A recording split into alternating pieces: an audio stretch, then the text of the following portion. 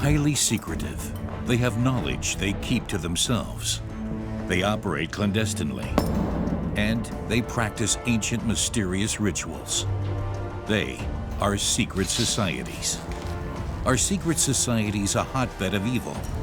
They are certainly the subject of countless conspiracy theories. They are accused of pursuing a sinister objective, of seeking to rule the world. Perhaps, as many claim, they rule it already.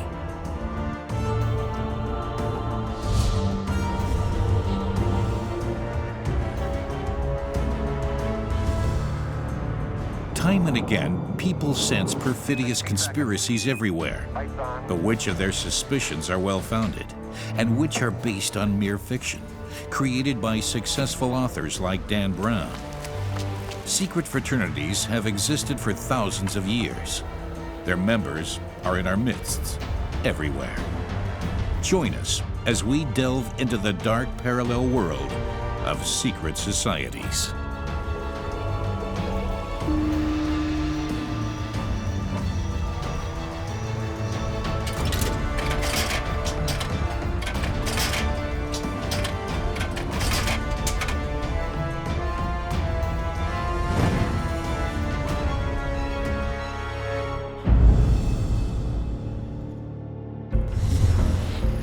Marian Fussel from Göttingen.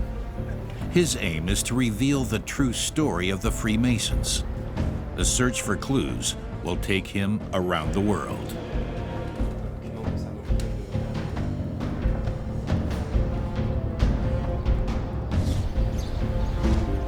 Archaeologist Kate Raphael from Israel. She is searching for vestiges of the legendary Knights Templar. Donald Ritchie from Washington deciphers the secret symbols that are hidden all over the American capital.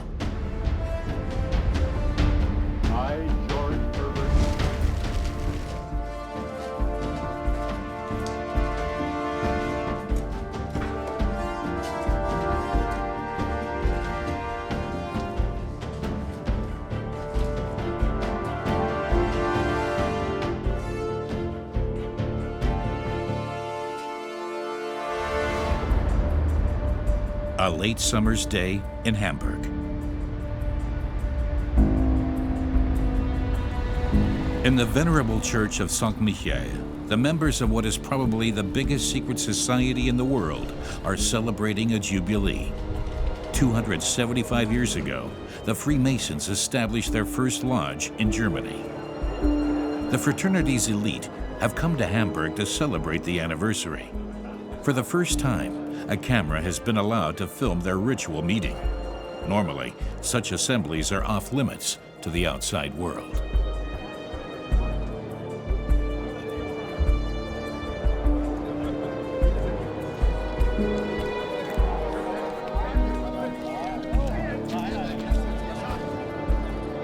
Worldwide, there are 5 million Freemasons. In some countries where the society is banned, members risk their lives when they meet. What kind of people are these Freemasons, who operate in secret and who have always been persecuted? What sort of knowledge do they take into their lodges? And why is the outside world kept in the dark about the organization? A hidden parallel world exists in our midst, one with its own special symbols and strange rituals.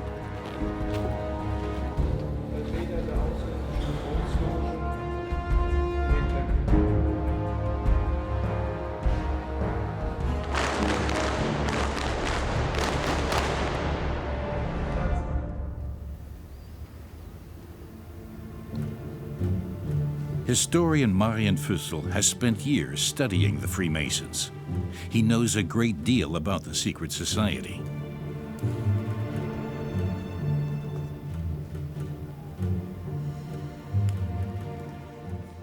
Legends have centered on the Freemasons for centuries because members must not disclose what happens inside a temple.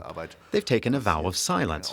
Naturally, this provokes outsiders to come up with all kinds of suspicions and assumptions. So it's hardly surprising that time and again in their history, the Freemasons have been accused of involvement in all kinds of dark deeds. This secret society selects its members. Mozart belonged to the fraternity, as did Johann Wolfgang von Goethe. But so did Walt Disney and Winston Churchill. Jazz legend Louis Armstrong was also a member, as was George Washington, one of the founding fathers of the United States. What goes on behind the locked doors of a Freemason temple? Is it really just a case of good person being turned into a better one? Many critics are convinced that in reality, the strange rituals bear testimony to less humane goals. Every Freemason takes a vow of silence. Nothing must be leaked to the outside world. In the past, however, several brethren have spoken out. As a result, we were able to reconstruct some rituals. A Freemason begins his career as an apprentice. Later, he becomes a journeyman, and only after that is he elevated to the rank of a master. In the ceremonies, the candidate dies symbolically to be reborn in the circle of his secret brethren. Boas, das Fleisch verlässt das Bein.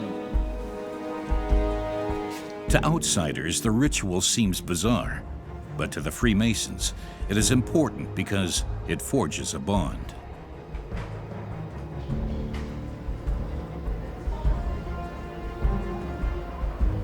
Dazugehören kann man nicht durch eigenen Willen. You can't become a member through your own will or efforts. You have to be selected. That's also the special status that is conferred. It's not like deciding to join a club. You have to be chosen. And this fact alone boosts a person's self-esteem and elevates their status.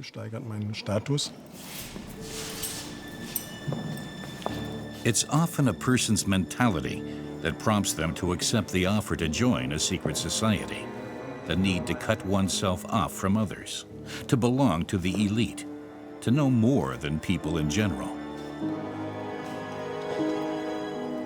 Frequently, the motives are highly egoistic. Orders like the Freemasons fulfill the dream of individuality in a mass society. And candidates are prepared to accept a great deal for the certainty of being something special. The initiation rite binds each individual Freemason to the fraternity. Lässt denn die Blätter fallen, die Blumen nur verblühen. London, the British capital, is at the hub of the Freemason movement.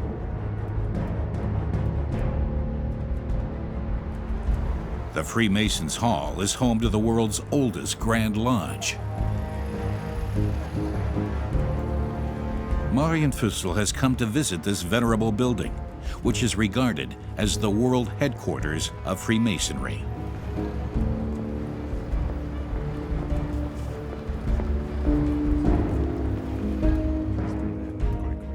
Will the historian find out more here about the true aims of the fraternity? He hopes for some answers from John Hamill. According to Hamill's visiting card, he is responsible for special questions. Everywhere, Fussell sees objects and symbols which offer an insight into the Freemasons' beliefs. John Hamill knows the legends surrounding his secret society. The internet is full of murky conspiracy theories. The Freemasons are said to have been responsible for the French Revolution. The First World War is also on the list of their dark deeds. For a long time, we ignored the conspiracy theories, we ignored the outside world, and we paid for it in the short term. But delighted now that we're reversing it and we're back out being open and transparent with people, and this building is open to the public, anybody can walk in. But if that's the case, why are Freemasons not allowed to talk about what happens inside their temples? And what role is played by the ancient Oriental pictures and symbols which decorate the massive bronze door to the holiest of holies? They show people constructing a building. The Temple of the Freemasons Hall is full of symbols pointing to the ancient roots the Freemasons referred to. In front of the master's chair is the pentagram. The 5 points stand for wisdom, justice, strength, moderation, and diligence. Rectangular forms show the importance of geometry, which fundamentally regulates human activity, or so the Freemasons believe.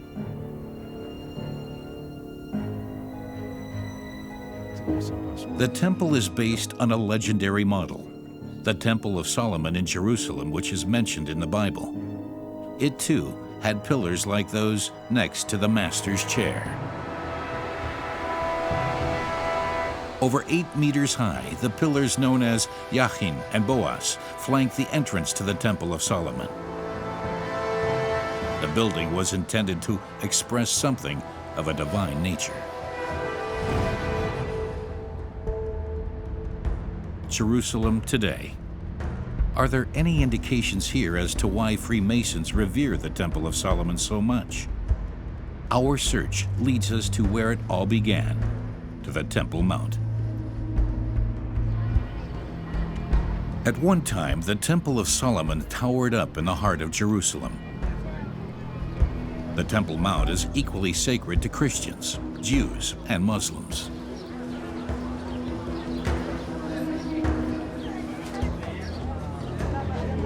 Kate Raphael is one of Israel's leading archaeologists. She knows a great deal about the history of the Temple Mount.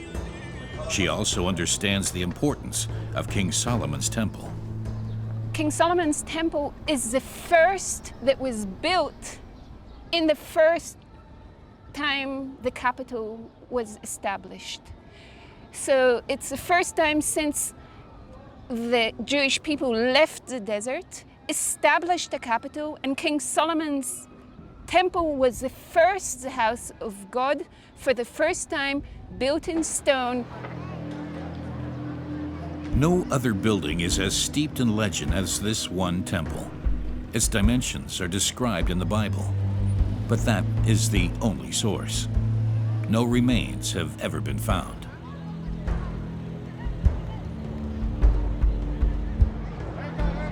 Kate Raphael is about to descend into the underworld of the Holy City. Close to the Wailing Wall, there is a labyrinth of tunnels. She and her colleagues pay regular visits to this place, which is so rich in history.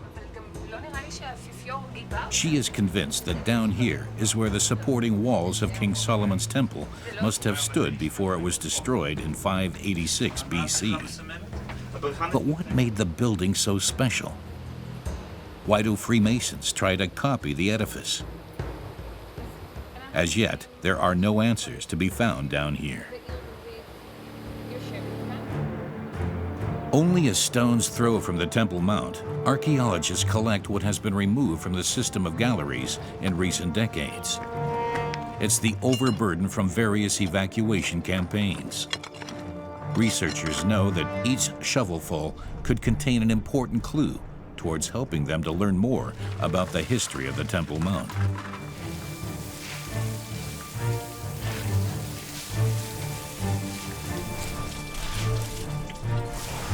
Every day they come across relics of the distant past.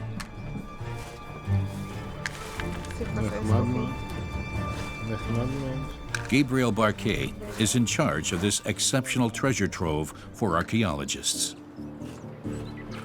We have rich finds, which are even an arrowhead of the army of Nebuchadnezzar, which was shot in the destruction of the Temple Mount. We have seals, seal impressions, we have pottery in abundance, and even inscribed material. So we have enough material from First Temple period to justify much activity upon the Temple Mount in that time. The divine construction plan, which makes the Temple of Solomon so unique, is described in the Bible. It is accessible to everyone, including Freemasons.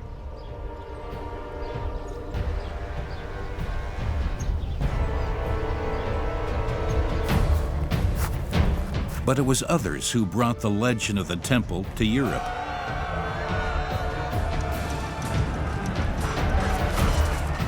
In the early 11th century, the Crusaders set out from Europe for the Middle East.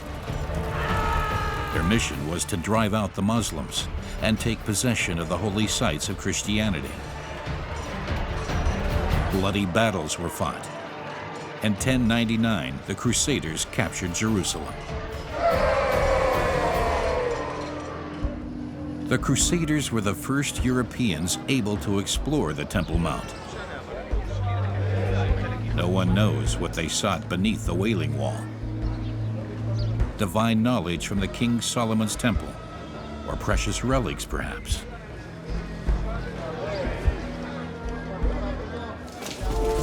One thing is certain, even the Crusaders were fascinated by the Temple Mount and its history.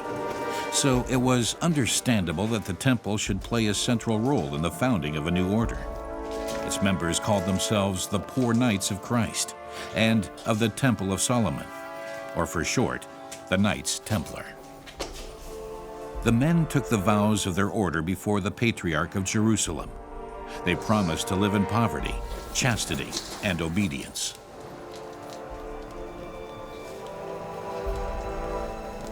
The Templars quickly developed into one of the leading orders of knights. They saw themselves as an elite, as the spearhead of Christianity. Soon, no one knew the tunnels beneath the Temple Mount better than the Templars.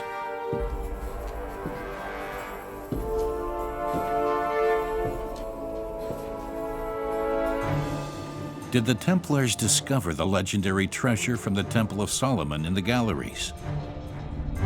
Or did the knights use the tunnels to hide the riches they had accumulated over time?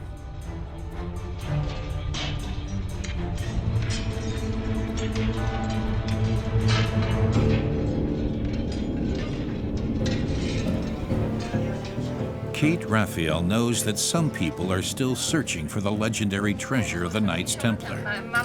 Whatever that treasure might be in reality, relics, gold perhaps. Or, as some suspect, the Holy Grail. Or perhaps it could be secret knowledge of King Solomon's temple, which the Knights revered so much. The Templars were aware of the possibility that the treasures of the temple were still in the location. They ruled the Temple Mount for 80 years. They could have searched for these temples more than anybody that came after them.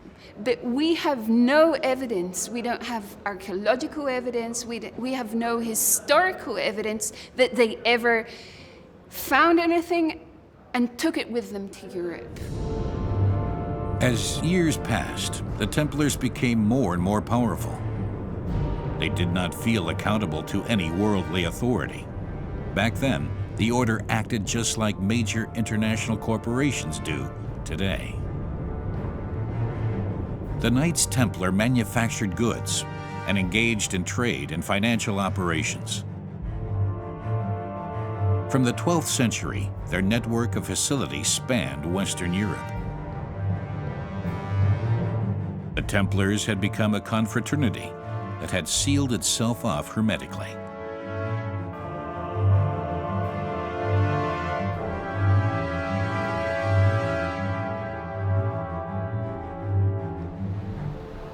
The Knights' clandestine activities were to have an impact in Europe. With their dark legend of the Temple of Solomon, the Templars influenced the secret societies that came later, like the Freemasons. In London, the British Knights Templar built their own church, Temple Church. Its circular interior is modeled on the Church of the Holy Sepulchre in Jerusalem. Temple Church was blessed personally by the Patriarch of Jerusalem in 1185. Paris. For many years, the French capital was the headquarters of the Order of the Knights Templar. For centuries, no one knew where the seat of the order had been located. Then, in 2011, a construction unit discovered the remains of its legendary headquarters. It was a world sensation. Prior to that, only street signs had given any indication of a society shrouded in mystery. In Paris, Marian Fussel hopes to find out whether there is a link between the Knights Templar and fraternities like the Freemasons. His research has brought him to the National Archives. Stored here are original documents from the days of the Templars, a historic treasure that could help Marian Fussel in his research.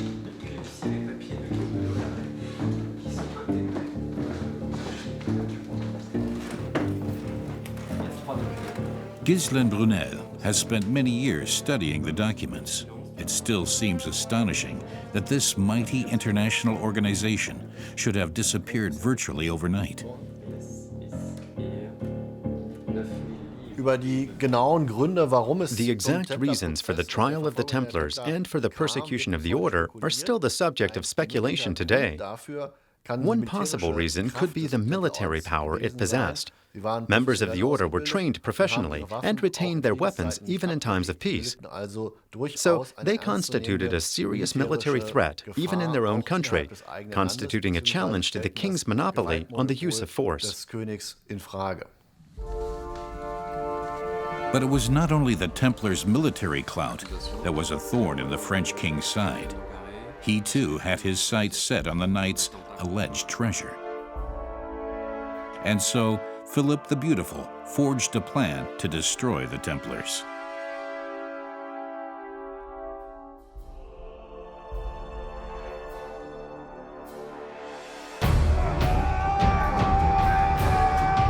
At dawn on October the 13th, 1307, Philip had his troops storm the Templars' residences and arrest the Knights.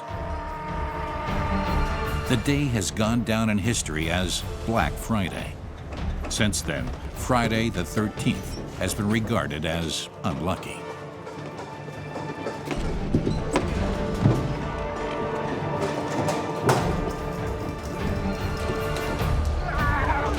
It was the beginning of a swift end for the Templars.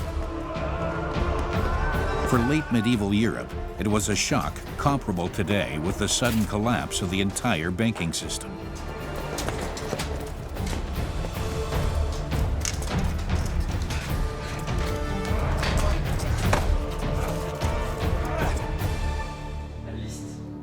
The king wanted to eradicate the Knights Templar.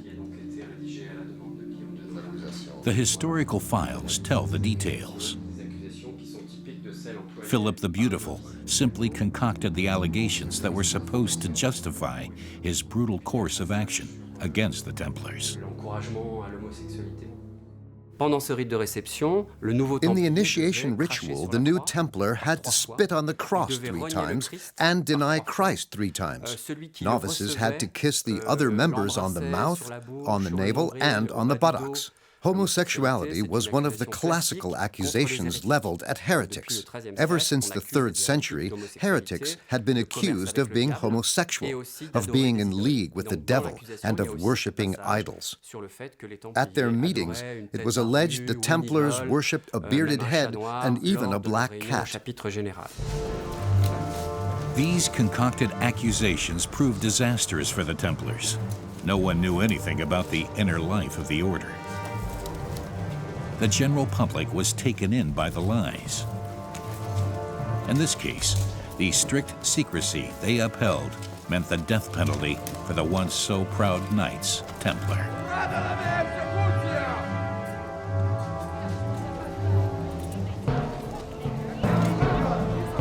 In Paris, on March the 18th, 1314, Jacques de Molay, the fraternity's last Grand Master, was led to the stake. He never disclosed the secret of the legendary Templar treasure. Rumors were rife. The Templar ships, it was claimed, had set sail from La Rochelle, heading for an unknown destination with the treasure on board. Just a myth? Perhaps Jacques de Molay knew the truth when he was executed. The king had him burnt on damp willow, a particularly horrific punishment because the wood burns poorly.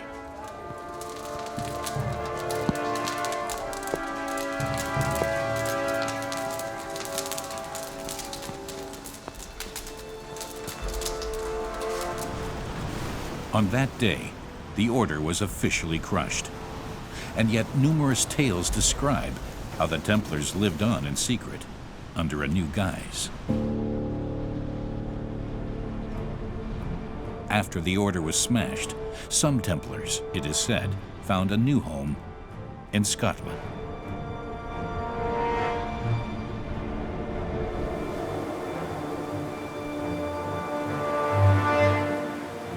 Ever since then, this country on the fringes of Europe has been seen as a stronghold of clandestine societies.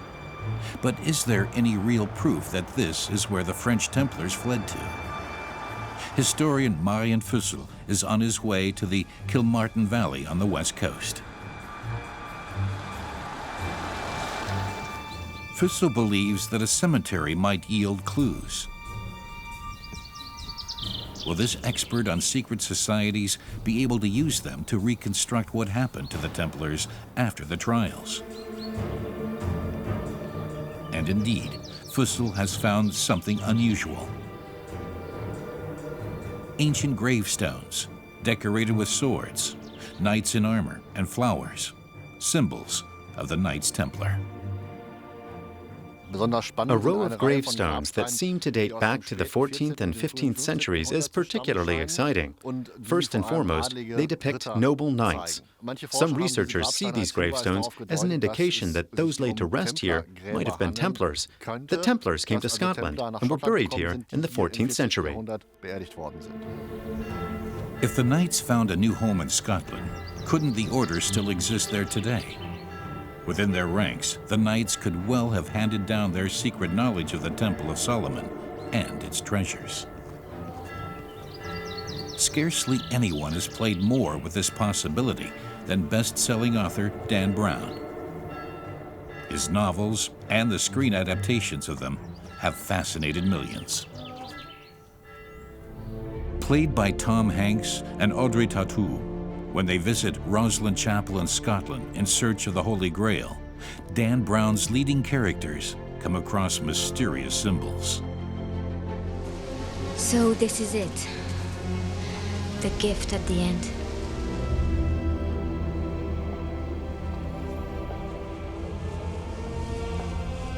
Jewish, Christian, Egyptian, Masonic, pagan, Templar crosses, pyramids.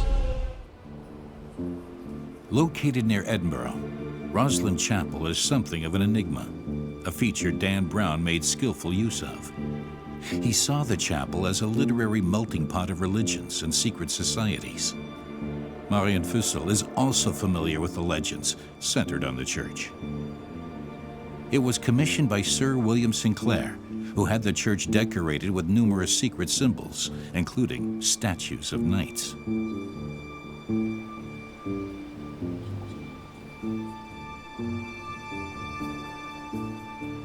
The Lamb of God, a symbol found on many Templar seals. Fussell then spots two pillars that seem familiar to him. He's seen them once before somewhere. The same pillars stand in the Freemasons' temple in London.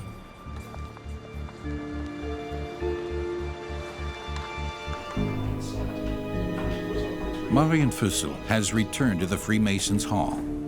Obviously, at some time in the past, the Templars inspired the Freemasons with their knowledge of the Temple of Solomon. John Hamill is showing the historian symbols which testify to a fascination for precise architecture. These include a compass and a square. The origins of Freemasonry are largely unknown, a fact which leads time and again to speculation. Modern research tends to see its origins in the Bauhütten movement of the Middle Ages, in the environment of cathedral architects, and within this movement, which was organized on a guild basis, structures developed, which led to modern Freemasonry. In the late Middle Ages, the members of the Brotherhood church masons' lodges covered the entire continent with a network of magnificent cathedrals, like those in Chartres, Cologne, and Salisbury. Architects and the Brotherhood Guild enjoyed immense privileges. They had their own laws. Secret hand signs revealed who was a member and what rank they held.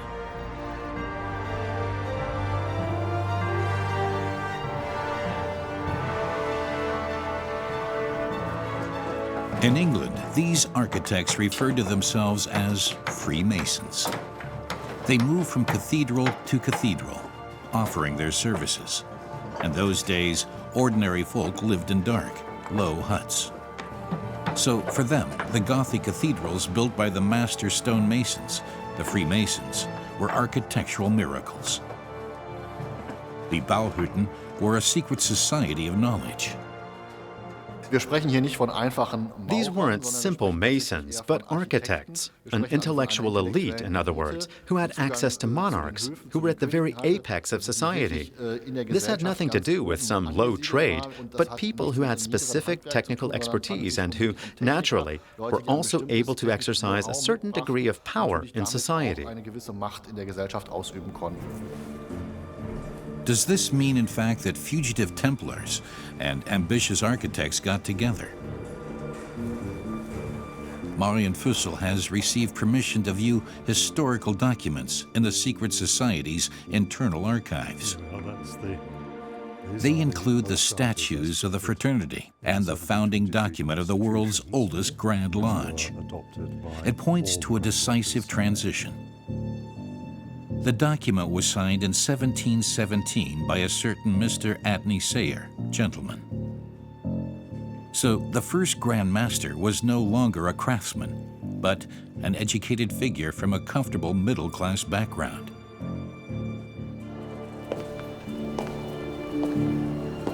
The former Craftsmen's Association had developed further into a class-spanning fraternity. But why? What do lodge brethren experience in their clandestine meetings? What does this elitist circle, which operates in secret, actually plan?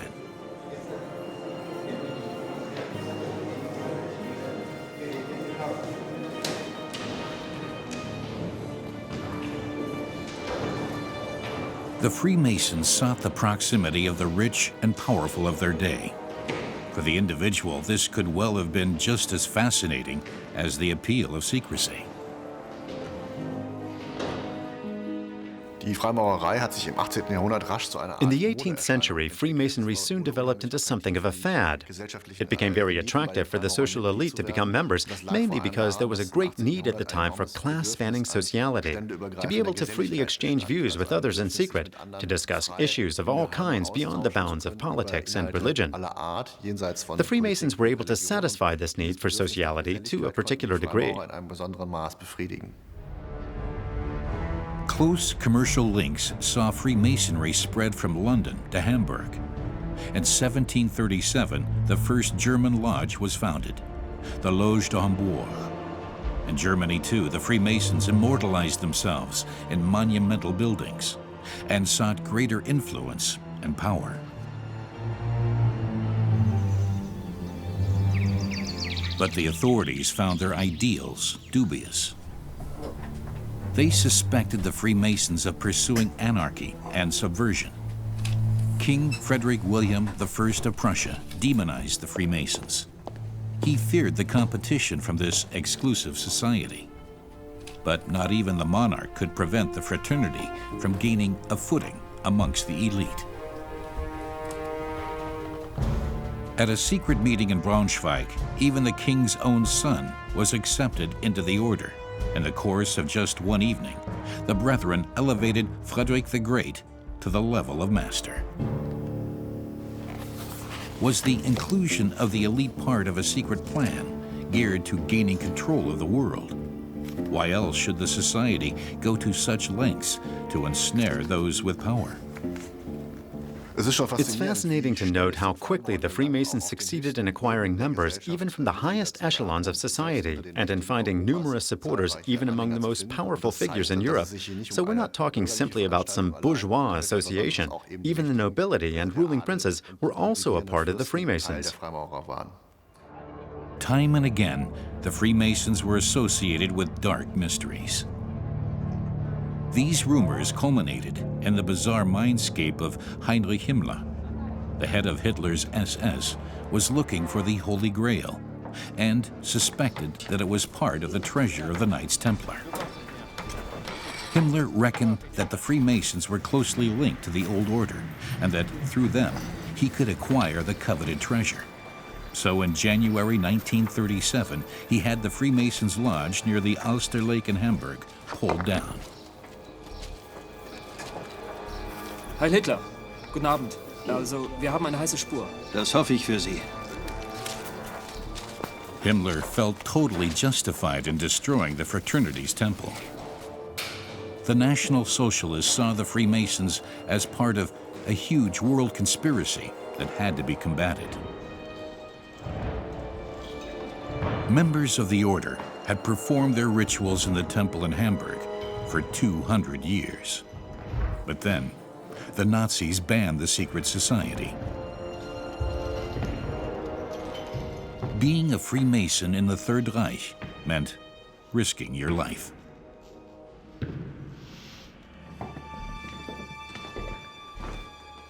Das hier muss der Raum gewesen sein, in dem die geheimen Rituale abgehalten wurden. In their search for the great secret the fraternity was believed to have kept, the Nazis had the Freemasons' temple demolished, brick by brick. Himmler was obsessed with esoteric ideas. He surrounded himself with diviners and had archaeologists with the German Ancestral Heritage Society research occult themes. The Freemasons did not fit in with the image of the ancient Germanic religion, which was to be used henceforth to explain the world. The Nazis didn't find any treasure in the Hamburg Lodge, but they did cause serious harm to the secret society. As long as they were in power, the Freemasons had to go underground. Professor Rüdiger Templin is Germany's leading Freemason. As he heads for the lodge, he looks no different from an ordinary businessman. It's only inside the building that the brethren put on their Freemason's dress. The apron has its origins in the Bauhütten church masons' lodges. It protected the stonemasons from flying chips. The top hat is an ancient symbol of freedom. The white gloves represent pure and spotless acts.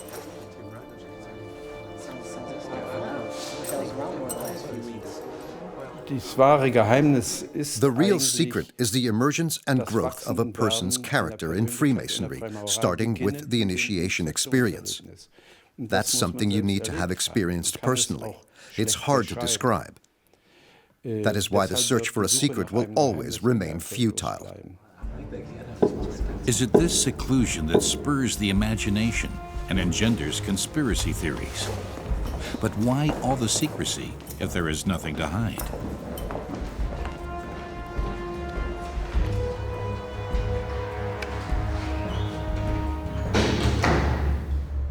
The fact that the Freemasons are not as insignificant as they sometimes claim is evident in Washington, D.C.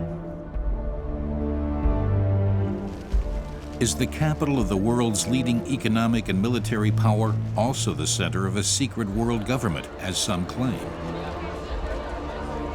In scarcely any other city on our planet are secret fraternities as active as they are here. Some presidents are known to have been members of several secret societies at once.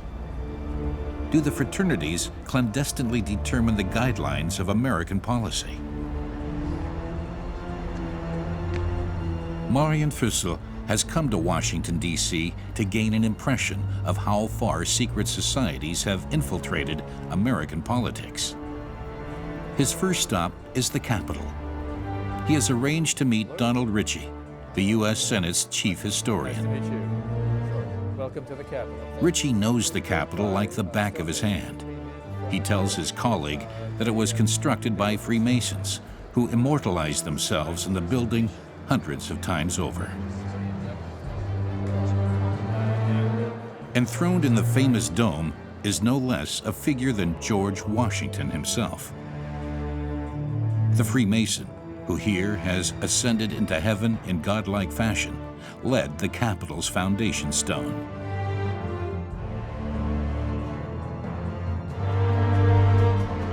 Key circles strove to emulate him. 1/3 of the generals in the American War of Independence belonged to the secret order.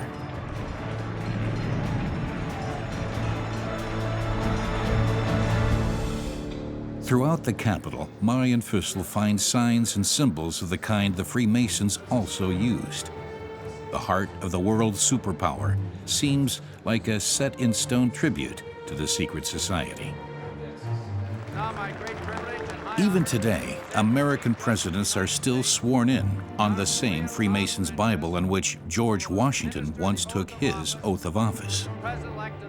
The last president to be sworn in with this Bible was George Bush Sr. For me, I, George Herbert Walker Bush. So help me God. Congratulations. But in whose interest does the president act? Does he serve the American people or the secret fraternity? Democratic power is given only for a limited period, but the members of a secret society belong for life.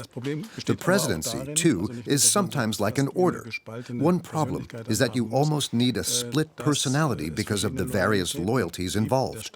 With the oath of office, the state rightly demands total loyalty and the scrupulous performance of duties. This can result in conflict with the objectives of some secret societies. There are 3 million Freemasons in the United States.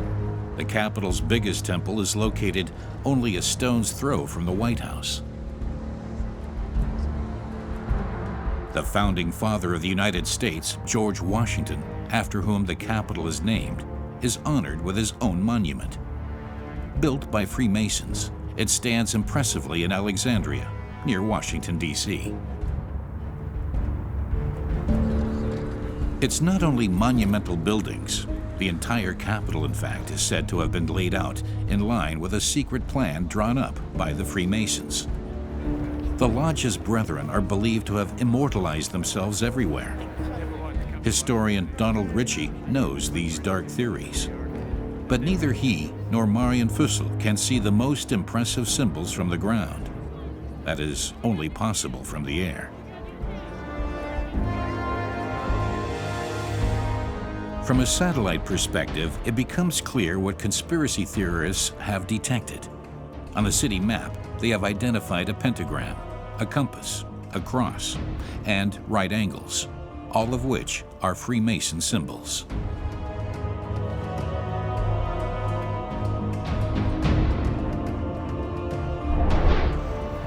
Did the fraternity really immortalize itself in the layout of the streets? The Kiplinger Library is the oldest in Washington. Here, historians are allowed to examine plans dating back to the time when the city was founded. It turns out that city planner Pierre Lafont himself was not a Freemason.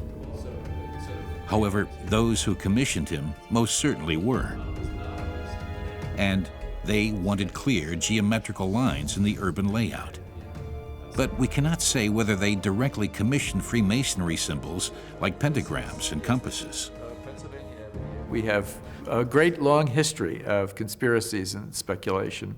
And it affects our politics, it affects everything else. And so it doesn't surprise me at all that people can look at this and see something that perhaps wasn't intended at all, but fits their plan. In 1982, the suspicion that the Freemasons do not exist solely for reasons of self-discovery and personal development received fresh impetus after pedestrians in London made a horrific discovery. Hanging from a nylon cord under Blackfriars Bridge was a body. The dead man came from Italy. His name, Roberto Calvi.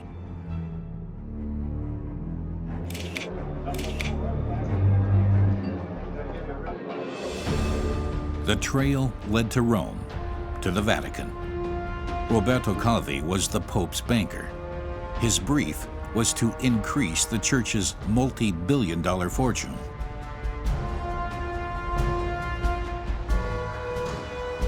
Marian Fussell has good reasons for his interest in the Calvi murder case. Why had Roberto Calvi traveled to London, where he met such a dreadful fate?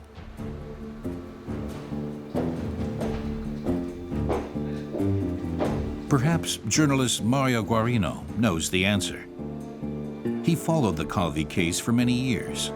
That is how long the official investigations took.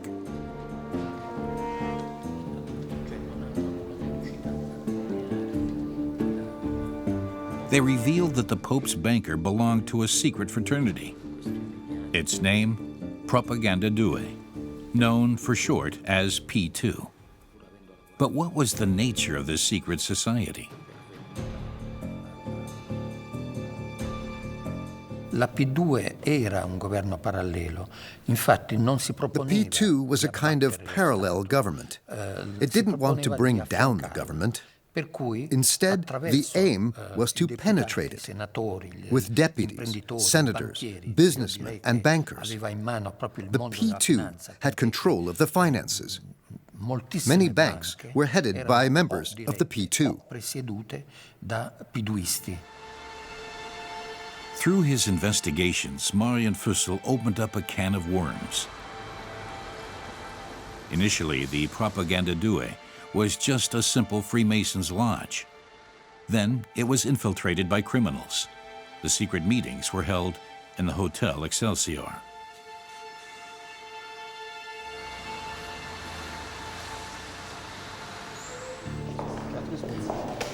In Italy, the lodge is notorious. Initially, the Brethren still supported social projects. But in Calvi's day, the lodge had long since changed and become a dangerous network whose true goals no one really knew about. Did ultra-right puppet masters want to make Propaganda Due Italy's secret government? Backed by the United States, it was driven by fierce anti-communism and a craving for money and power. Later, in its judgment, a court ascertained that the men who met in the Excelsior were financing other criminals. Terror was to be used to create a charged, overheated atmosphere, which the Lodge Brethren would then utilize for their own ends. Roberto Calvi operated amongst unscrupulous wheeler-dealers who wanted to change Italy. In 1980, a bomb planted at Bologna railway station killed 85 people.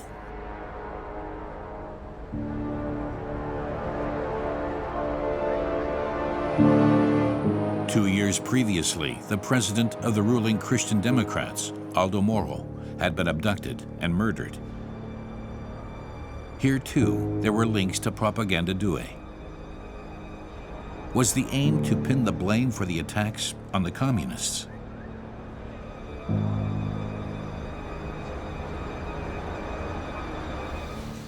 It's hard to work out what was really behind all the accusations. Propaganda Due remained shadowy. What is clear, however, is that politicians, bankers, and mafiosi met here. They forged plans and did crooked deals.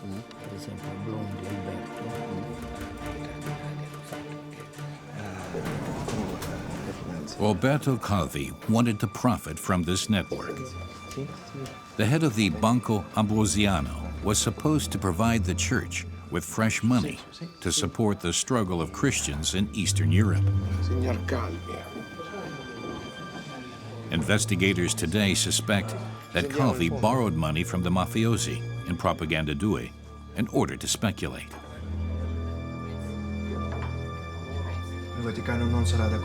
But profits failed to materialize. The mafia wanted its money back. Calvi realized too late that he had made a pact with the devil, and there was no getting out of it. Or was it merely the criminal environment that fascinated Roberto Calvi about Propaganda Due? The suspicion has been confirmed often enough, also through trials, that criminal elements belong to this secret society. That criminal wheeling and dealing was also part of the activities of this association. That those who perhaps weren't criminals when they entered the society definitely planned to accept certain advantages. That they said it wouldn't hurt to have links with this milieu too, especially in Italy, where the mafia has probably infiltrated every organization already. In the end, his contacts with the mafia proved fatal for Roberto Calvi. His bank had outstanding debts of around 750 million euros. In his desperation, the banker wrote a letter to the Pope. He accused the pontiff of leaving him in the lurch. A few days later, Roberto Calvi was dead, hanged from a bridge. The Calvi murder trial ended with acquittals for the accused, but questions remain. The case shows that secret societies can also be dangerous. Propaganda Due was banned, but the proceedings had no effect on the Freemasons as a whole, even though they are often accused of being the breeding ground of evil, especially as no one knows for certain what happens behind their closed doors. From the point of view of conspiracy theorists, those who like to believe in the power of secret societies, such an acquittal changes nothing. Indeed, it generates even more suspicion that this judgment too was engineered. So there's actually no escape from this conspiracy fixation. My belief is that if organizations which are regarded as secret have any power at all, this power is founded on legend and not on their actual activities. Secret societies have been around for a long time. They hold a mysterious appeal. But what are their real goals? Precisely, what are they planning? We can only guess. Much can be explained, and much is even banal. Yet, for a long time to come, people will continue trying to bore their way into the inner workings of these secret orders.